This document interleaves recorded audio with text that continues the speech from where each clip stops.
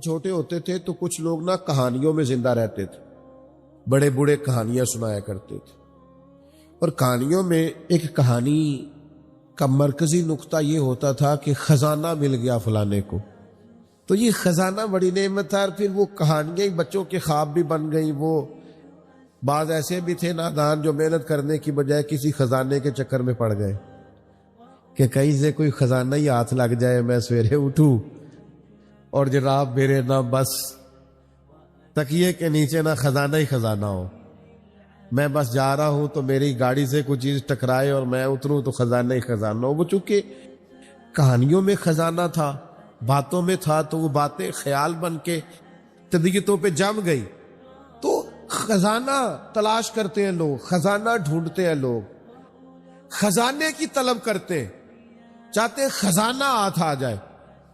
اور خزانے کی جو عرف عام میں تشریح ہے وہ یہ ہے کہ اب خزانہ ہاتھ آ گیا، اب بھائی ختم ہو گئی بات، اب کوئی ضرورت ہی نہیں بچی۔ اور لوگ بطور تنقید بھی ایک بات کرتے، پتہ نہیں اس کے ہاتھ کون سا خزانہ آ گیا ہے۔ تو خزانہ یہ ہے کہ اب ختم ہو گئی، اب یہ سب سے امیر شخص ہے، تو بھائی خزانہ ہی نہ بتا دے آج آپ کو خزانہ کیا ہے۔ اور خزانہ سارے ہی پا سکتے ہیں، تھوڑی جد و جہد کریں تو خزانے کے قریب جا سکتے ہیں۔ امام بہقی نے، حافظ منذری نے حدیث نقل کی ہے، حدیث کے راوی حضرت جابر ابن عبداللہ رضی اللہ تعالیٰ عنہ ہے۔ حضرت جابر ابن عبداللہ رضی اللہ تعالیٰ عنہ فرماتے ہیں نبی کریم علیہ السلام نے فرمایا، قناعت ایک ایسا خزانہ ہے جو کبھی ختم ہی نہیں ہوگا، ہمیشہ تمہارے پاس ہی رہے گا، اتنا بڑا خزانہ ہے قناعت، جو تمہارے پاس ہے اس پہ راضی ہو جاؤ، یہ وہ خزانہ ہے، حضور فرماتے ہیں کبھی ختم ہوگا ہی نہیں، تمہارے پاس ہمیشہ فراوانی رہے گی، وسعت رہے گی، تمہارے پاس بہت کچھ رہے گا، شرط یہ ہے کہ تم قناعت اختیار کرو۔ حضرت شفیق بلخی رحمت اللہ تعالی علیہ سے ایک شخص نے آ کے کہا تھا، حضور میں بے چین بڑا رہتا ہوں، بے قراری بڑی ہے، اضطراب بڑا ہے، دل بڑا پریشان رہتا ہے۔ حضرت شفیق بلخی رحمت اللہ علیہ فرمانے لگے، ایک چیز ہے جو بندے کو راحت میں مبتلا کرتی ہے، اس کے وجود کو ٹھنڈا کر دیتی ہے، وہ کیا ہے؟ کہا وہ قناعت ہے۔ لالچ چھوڑ دے۔ تھوڑا سا نا میں کیسے آپ کی خدمت میں عرض کروں کہ بعض لوگ اس لالچ کی وجہ سے اپنے بچوں کو وقت نہیں دے پاتے، اپنے بیمار ماں باپ کو ٹائم نہیں دے پاتے، اس لالچ اور ہرس اور ہوس کی وجہ سے ڈھیر ساری دشمنیاں مول لے لیتے، اور جب یہ لالچ اور ہرس ہوس بڑھ جاتا ہے پھر لوگ کسی شخص سے ڈیلنگ نہیں کرتے، وہ پیسوں سے ڈیل کرتے، وہ دیکھتے ہیں میں فلاں آدمی سے کیسے نفع اٹھا سکتا ہوں۔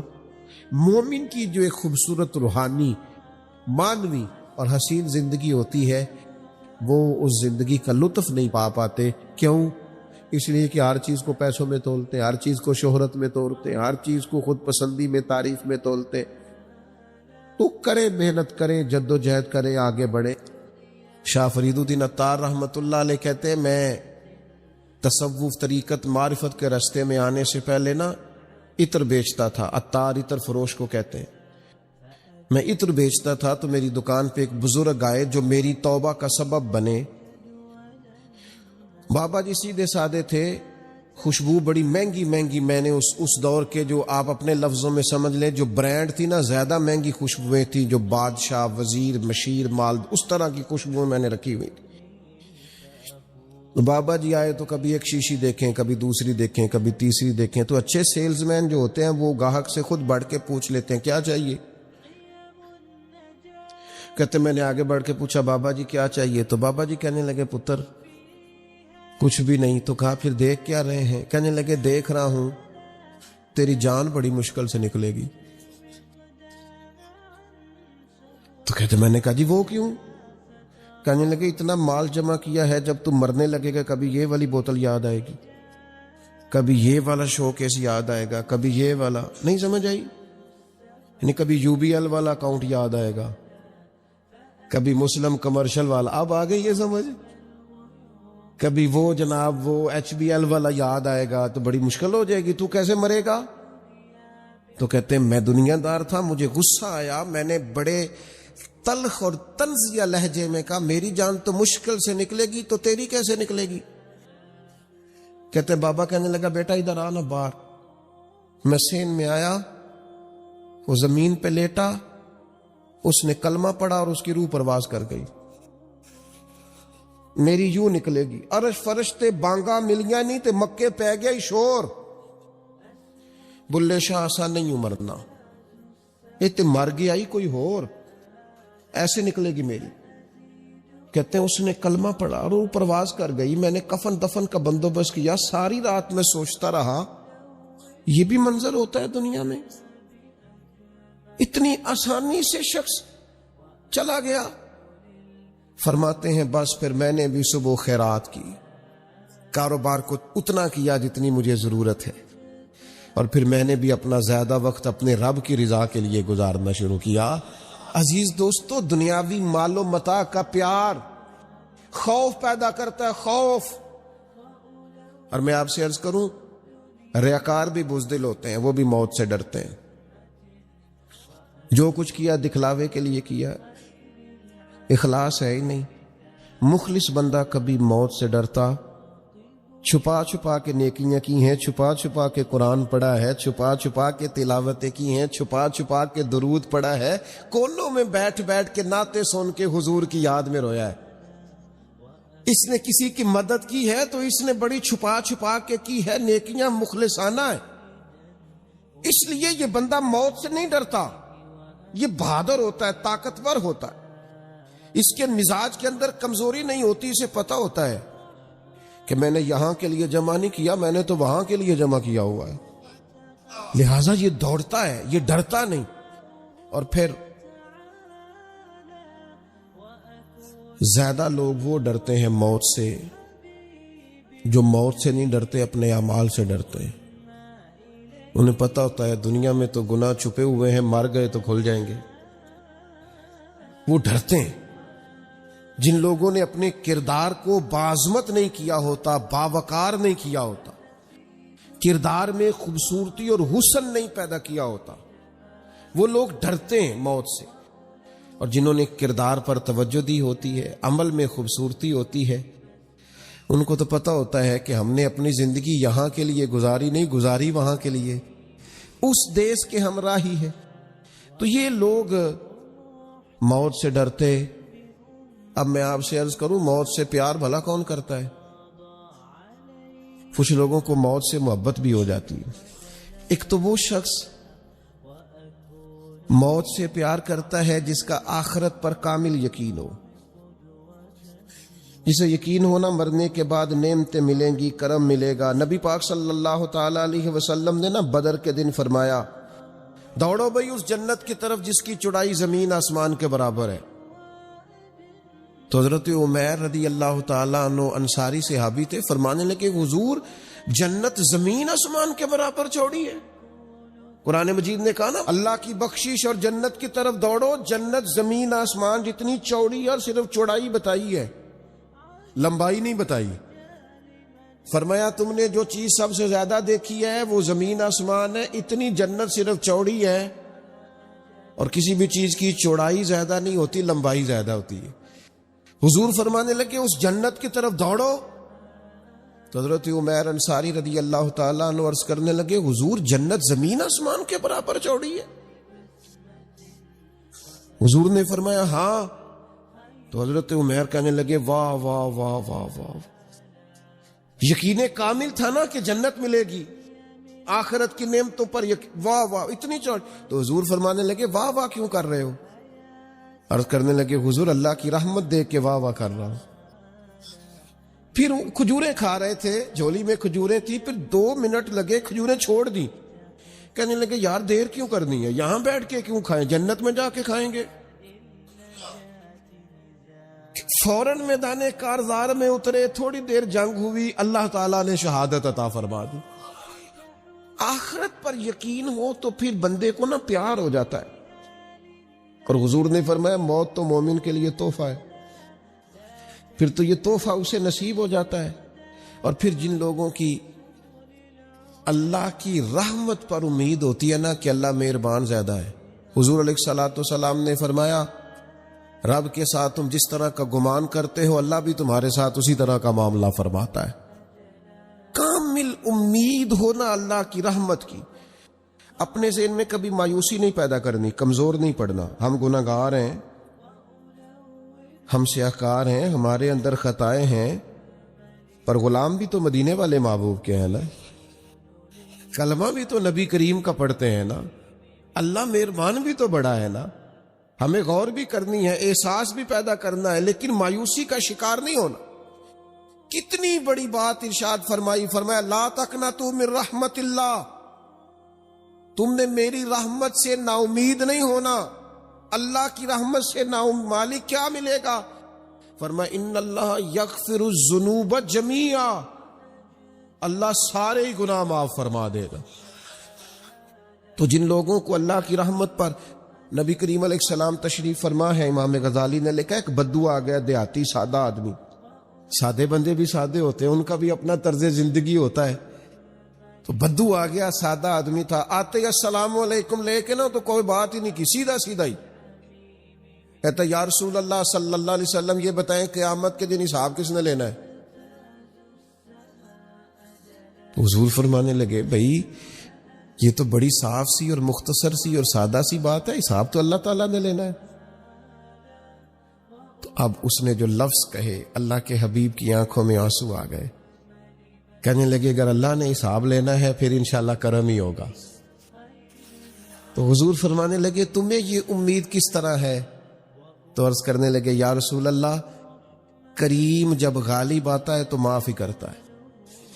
جب کریم کا غلبہ ہوتا ہے نا، کریم بندہ جب کسی پہ قبضہ کر لے تو پھر معاف کرتا ہے، تو اللہ تو سب سے بڑا مہربان ہے۔ وہ بات کی اور اگلا جملہ ہی کوئی نہیں کہا، وہ چلے گئے۔ تو حضور علیہ السلام نے اب اس بات پر رزلٹ دیا، فرمانے لگے کریم محبوب بندہ سادہ تھا، بات بہت بڑی کر گیا ہے، بڑی بات کر گیا، سادہ آدمی تھا۔ میرے عزیز، اللہ کی رحمت پر جن لوگوں کو امید ہو انہیں موت سے ڈر، اور پھر جن کو محبوب کی ملاقات کا شوق ہو نا، ہم نے جان دے دی وعدہ دیدار پر، ہم سے وعدہ کیا گیا تھا کہ تم مرو گے نا تو تمہیں دیدار ملے گا، تو ہم نے جان ہی دے دی وعدہ دیدار پر، جان ہی دے دی وعدہ دیدار پر۔ اور پھر فرماتے ہیں نقد اپنا دام ہو ہی جائے گا، فرماتے ہیں ہم نے جان دی ہے اس وعدے پر کہ وہ ملے گا، تو امید ہے کہ یہ سودا ادھار نہیں۔ جیسے ہی قبر میں جائیں گے سامنے حضور کی زیارت نصیب ہو جائے، اس لیے لحد میں بھی عشق رخ شاہ کا داغ لے کے چلے، اندھیری رات سنی تھی سو چراغ لے کے چلے۔ یہ حدیث آپ نے بھولنی نہیں، یہ تنہائیوں میں یاد رکھنے کی روایت ہے، یہ تنہائیوں میں پڑھنے کی روایت ہے۔ یہ اپنے ذوق کو تازہ، جو لوگ کہتے ہیں نا وجد سرور کیف میں جانا چاہتا ہوں، وہ مشکات شریف کی اس حدیث کو دیکھے۔ اللہ کے حبیب علیہ السلام نے فرمایا لوگوں میں تمہیں بتاؤں قیامت کے دن اللہ تعالیٰ بندوں سے پہلا سوال کیا فرمائیں گے، اور بندے اس کا جواب کیا دیں گے؟ یا رسول اللہ کرم فرمائیے، بتائیے۔ تو کریم فرمانے لگے اللہ تعالیٰ قیامت کے دن بندوں سے سب سے پہلا سوال، اگرچہ بعض اور احادیث میں اور سوالات بھی آئے ہیں قیامت میں جو سب سے پہلے ہوں گے، لیکن اس حدیث میں یہ والا سوال حضور نے بیان فرمایا۔ حضور فرمانے لگے اللہ قیامت کے دن اپنے بندوں سے سب سے پہلا سوال یہ فرمائے گا کیا تم میری ملاقات کو پسند کرتے تھے؟ اوئے ہوئے ہوئے، کیا تمہارا ملنے کو جی چاہتا تھا؟ کبھی اے حقیقت منتظر نظر آ نہ لباس مجاز۔ اقبال کہتے ہیں تیرے کرم اتنے ہیں دل کرتا ہے تجھے دیکھیں، کبھی کبھی اے حقیقت منتظر نظر آ نہ لباس مجاز میں۔ لاکھوں سجدے تڑپ رہے ہیں میری جبین نیاز میں، تمہارا دل کرتا تھا مجھ سے ملنے کو؟ حضور فرماتے بندے عرض کریں گے مالک بڑا دل کرتا تھا. تو پھر اللہ فرمائیں گے یہ گفتگو کی معنویت تو دیکھو یار، اس کا حسن تو دیکھو. اللہ پھر پوچھیں گے کیوں دل کرتا تھا تمہارا؟ دل کرتا تھا تو کیوں کرتا تھا؟ عرض کریں گے مالک اس لیے کہ ہمیں امید تھی کہ تم معاف بھی کر دے گا، رحمت بھی فرمائے گا. اس معافی کی امید پر دل کرتا تھا تو ملے. حضور فرماتے ہیں پھر رب فرمائے گا مجھ پر واجب ہے، میں نے اپنے کرم سے واجب کر لیا ہے کہ آج تمہیں جنت عطا کروں گا.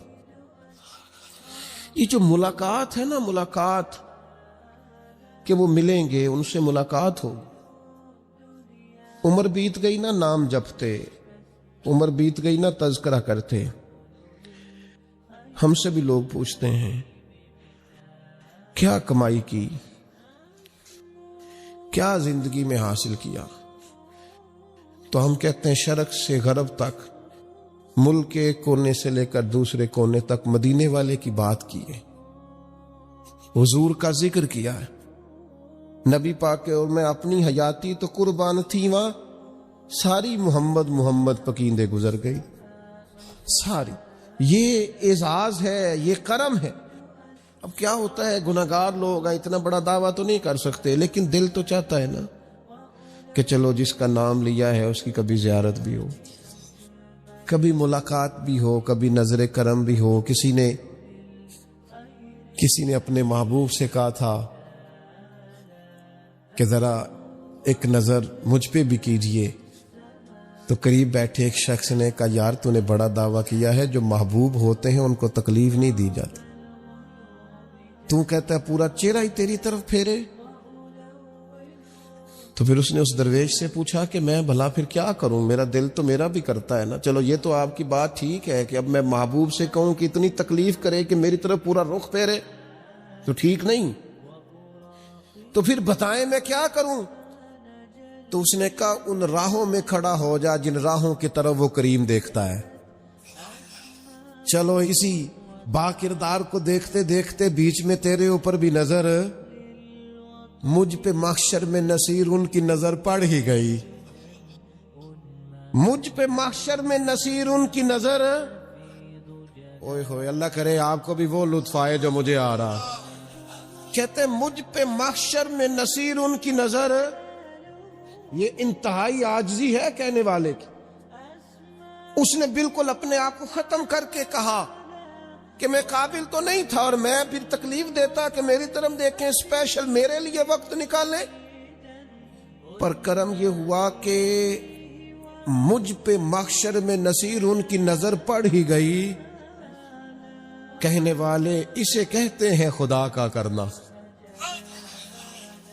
کہنے والے اسے کہتے ہیں خدا کا کرنا. اللہ نے کیا کہ نظر مجھ پر پڑ ہی گئی، اور جب پھر پڑ گئی تو تیری ایک نظر کا کمال ہے اور میری زندگی کا سوال ہے.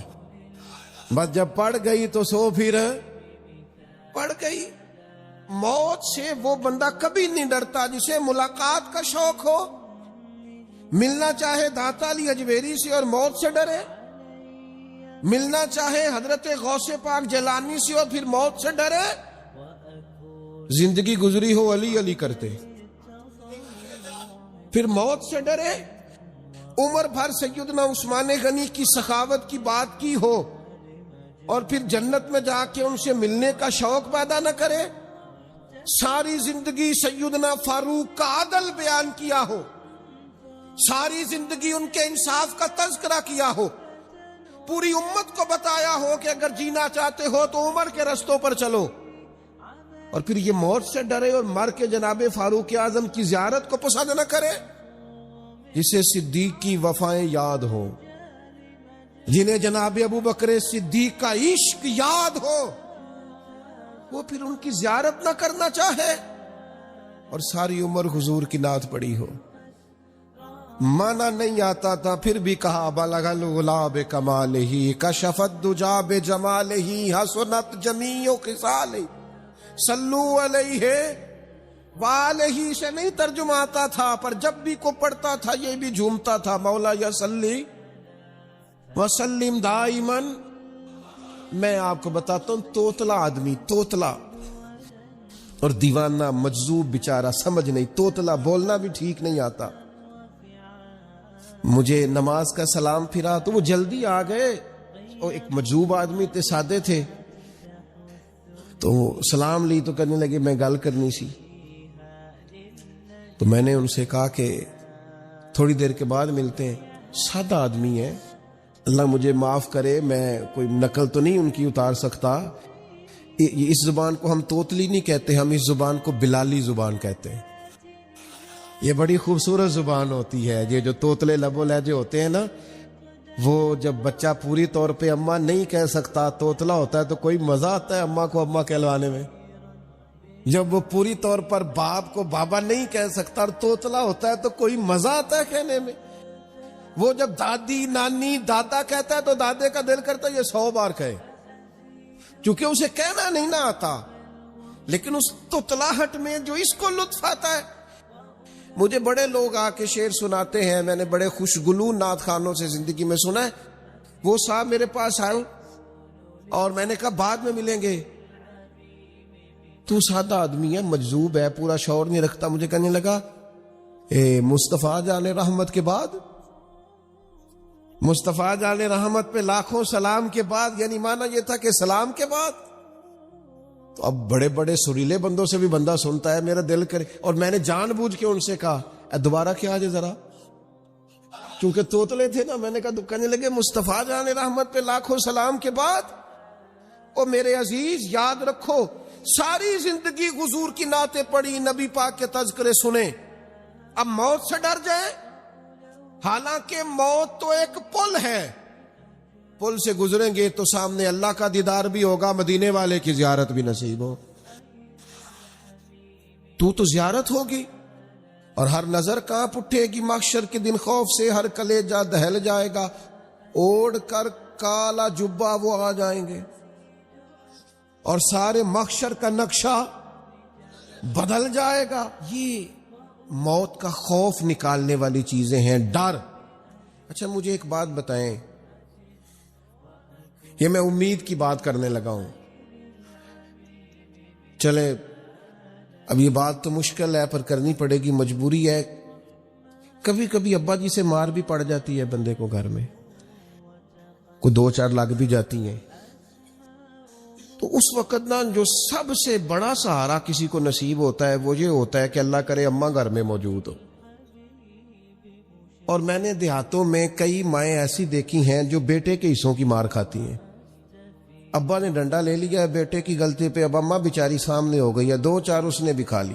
یہ بات آپ سمجھیں، موت کا خوف نکالنے کے مفہوم میں بات عرض کر رہا ہوں۔ اماں موجود ہو نا گھر میں تو ابا سختی بھی کرنے لگے تو کسی وقت احساس ہوتا ہے کہ جناب یہ سختی نہیں ہوگی، کیونکہ میری اماں، اور اماں پوری وکیل بن جاتی ہے، کہنی تو نہیں پتا، وہ ہو گئی غلطی، وہ فلانے دے منڈے نے خراب کیتا ہے، حالانکہ ہو سکتا ہے اس نے اس کو بھی خراب کیا ہو، لیکن وہ اماں وکیل ہے، وہ وکالت کر رہی ہے اور وہ بے لوث کر رہی ہے۔ ہوتا ہے ایسے، اس بات کو سمجھ لیں اچھے طور پر، موت کا خوف نہیں، ڈر نہیں، اس لیے کہ گھر میں ماں موجود ہو تو باپ کا ڈر نہیں ہوتا۔ تو قبر حشر میں تو رسول کریم موجود ہے، وہاں تو نبی کریم موجود ہے، وہاں تو اللہ کریم اپنی رحمت فرمائے گا بندوں پر۔ اس لیے خوف نہیں، پینک نہیں، اپنی غلطیوں کا احساس ضرور کریں، اپنے اعمال پر توجہ ضرور دیں،